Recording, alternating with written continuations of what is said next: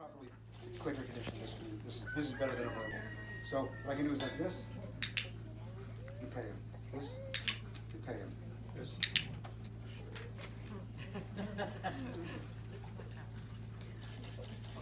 Here, just if he barks, if he growls at me again, just hit the black button. Red or black? What, you give a boost on? Or red? What we're going to do is the lowest level. So the example was, yeah, I can't say, Joelle, come here. But if she was in here, I could have said that. It's the same with the shock collars. Like, if my dog is calm like this, like here's a great example, that Mal. One, it was like, what the heck is that? Probably if that dog was running around, even playing, it probably wouldn't feel one. If it was in drive, it probably would like blow through. We have dogs that blow through the highest levels on these. So never get married to a number. Ooh, I feel bad going up to 20 because my dog usually stops. Barking is a great example. Barking is like, oh, normally the dog stops at 20 from barking. It won't stop. And I'm like, don't call me. Don't email me. Go to 30. Go to 40. Go to 50. But we've been sort of programmed that that's mean. It's not mean. The dog didn't hear you. The dog didn't hear you at all. So we have to remember, that's all the numbers are. The numbers just increase your voice. That's all it is. 50 is not mean and 20 is nice. It doesn't work like that. And the dog doesn't perceive it like that at all. Now, if you're blasting your dog all the time just for the hell of it, well, you're an asshole. But there's so many, everyone's afraid of messing up their dogs with these collars. We're not seeing people really mess up their dogs. You can mess up, I mean, every dog that comes into us that's quote unquote messed up, which is, I hate to say that word, they've never had a remote collar on them. But we're here, and I mean that.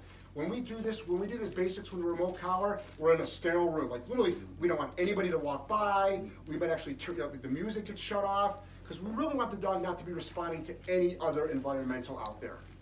So we're just trying to figure out, if I push the button, working level might be different. That's definitely it. So it might be different than like tomorrow. So informational purposes, I'm on 12. The reason why I say informational purposes, nobody should be writing down 12 right now. Because your dog might not be 12. Your dog might not be 12. She might not be 12 in like a room by myself. Exactly. She might be at 4. She might be at 6. If you're outside, levels go up. Always remember that, levels go up. More distractions, levels go up. So that was 12. Also, so I'm going to turn it down, I'm going to go back down to 10 where I thought it really was, and it is. Now, did the dog react more on that than 2 times ago? Yes, but it's the same level. Why? Because it felt 12, got more in tune with it, and now it feels it even more. So your levels can go up and down. So I'll go down even more. Definitely feel that. Good job. So level 8 for informational purposes. So now we can have a conversation.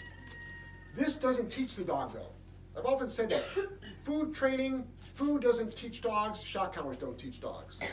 Dog training teaches dogs. What I mean by that is, come here, honey, is if this dog doesn't know, does your dog know rollover? No. Okay. So if I held food in front of this dog's face and I said roll over, would it roll over? If I shocked the dog and said roll over, would it roll over? No. I gotta train it. The only thing the dog will do is if you shock it high is probably run away from you or hit the ground because it's scared shitless. But it doesn't actually do training. We still have to understand the fundamentals. I guess they do send it, right? Walk away or come to me. So I'm gonna pick one of those. So all I wanna do is this. I'm gonna stand by the place. Place means go to this dog bed and don't come off. Eventually lie down. We showed yesterday how I got that one dog to do place, but that was with leash pressure. A little bit different. Now what I'm gonna do is, like, I wouldn't have a dog, when I'm teaching obedience, I won't have a dog off leash and try to train it. It doesn't know what I want. We keep forgetting about the leash, guys. So many people keep forgetting about having a leash on a dog. Because if I push this button and it runs away, now I'm screwed. So instead, if I push a button and I'm gonna hold down the continuous button, the way I train dogs on these is pressure on, pressure off. What does pressure on, pressure off mean? Sits, So, sits. Yes, good. Yeah. Yes? Yes. Yes. I clicker train. So. Okay, so, yeah, so that was pressure. So, break. Break or free? Okay. Free. Okay. Sit. Good. I know the dog did it sort of on its own, but leash pressure up, the dog ass hits the ground, leash pressure down. So pressure goes on, pressure goes off. Collar, pressure goes on, pressure goes off. Come here. Should the dog know the basic trainings before you start introducing? Not necessarily, no. You can take a green dog and train them on a remote collar. Okay, We, though, usually do we usually do leash training for a couple of days, okay, and then we introduce the collar. okay, So, but you can, there's many people that are like, just start right off the bat. okay. No. So a lot of you that have done food training, name it when they love it. That's a common thing. Same thing with a remote collar. If I say place and push a button, this dog's not gonna go, oh, I run to place. How about if the dog already knows place? I still won't do it. I still want to get the dog to understand I'm trying to get the dog to learn how to, it's called escape training, meaning I want that dog to learn how to shut off the pressure. Shut off the pressure.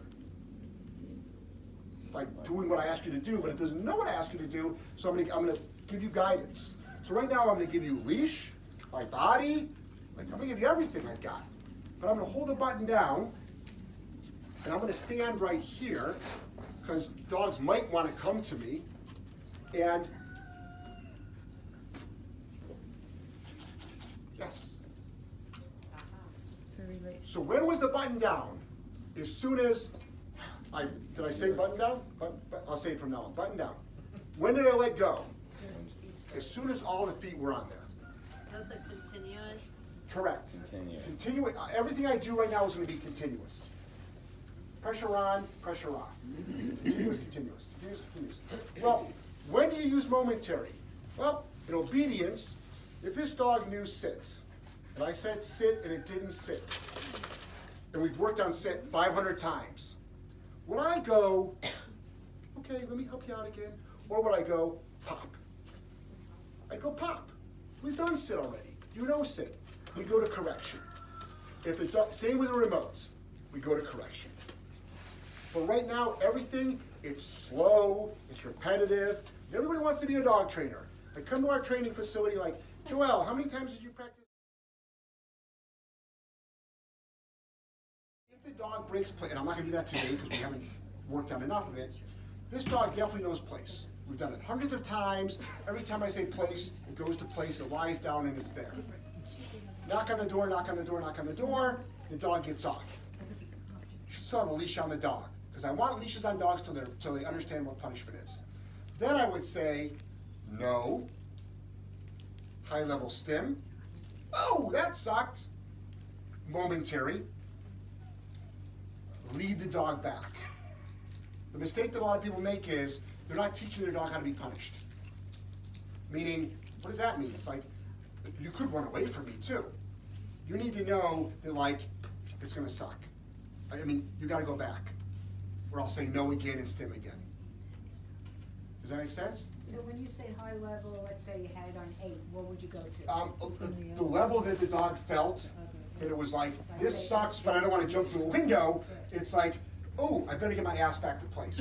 So say, I can't do it with this dog because it's at the beginning of its journey, but if my dog, if my dog came off of place and I said no, and I corrected it high, but the dog just stood there, looked confused, I probably wouldn't just turn it up, I probably would bring it back. Because I'm gonna be doing downward pressure. So again, what I'm gonna do is, I'm gonna have my foot go down like this. I'm gonna stim the button.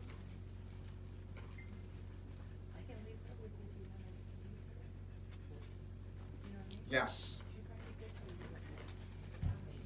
The stim went on when my foot went down, when the dog's belly hit the ground, the stim went off. Pressure on, pressure off. Same thing, unspoken. rules, the same rules as place. This, and call the dog over to me from a sit or a down, because that's not what it's gonna probably look like with the dog when we're doing actual training. Historically, when are we calling our dogs over to us? They're doing stuff. So I want them to sort of learn. Now, we do drills of calling dogs off place. We do drills of calling dogs off of downs. But at the beginning, remember how we talked about when the dog feels this, it might want to move away or come towards you, which is instinctual for a lot of these dogs. Free. Good job, sweetheart. So I want to start utilizing that. So now what I'm going to do is this. Dog's a little bit away from me.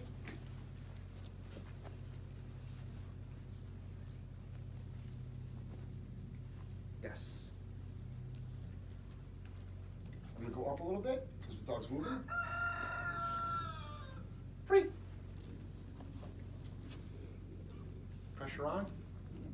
Leash guidance. Pressure on, yes.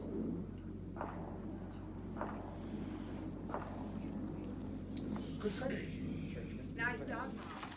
Treadmill's in a, where's my increase? Volume or speed? Volume. So 1 mile per hour is a really weird pace for a dog. So 1.5 miles per hour, too much for this dog today, or right now. So down to 1.2. So it looks sloppy right now. It's not going to always look like this. The dog will get it, but at least we have a dog that's not freaking out and not jumping off, and it's all 4 paws are moving. There we go. Good job, buddy. Good job. And once it finds its cadence, and see how the leash has got to be loose.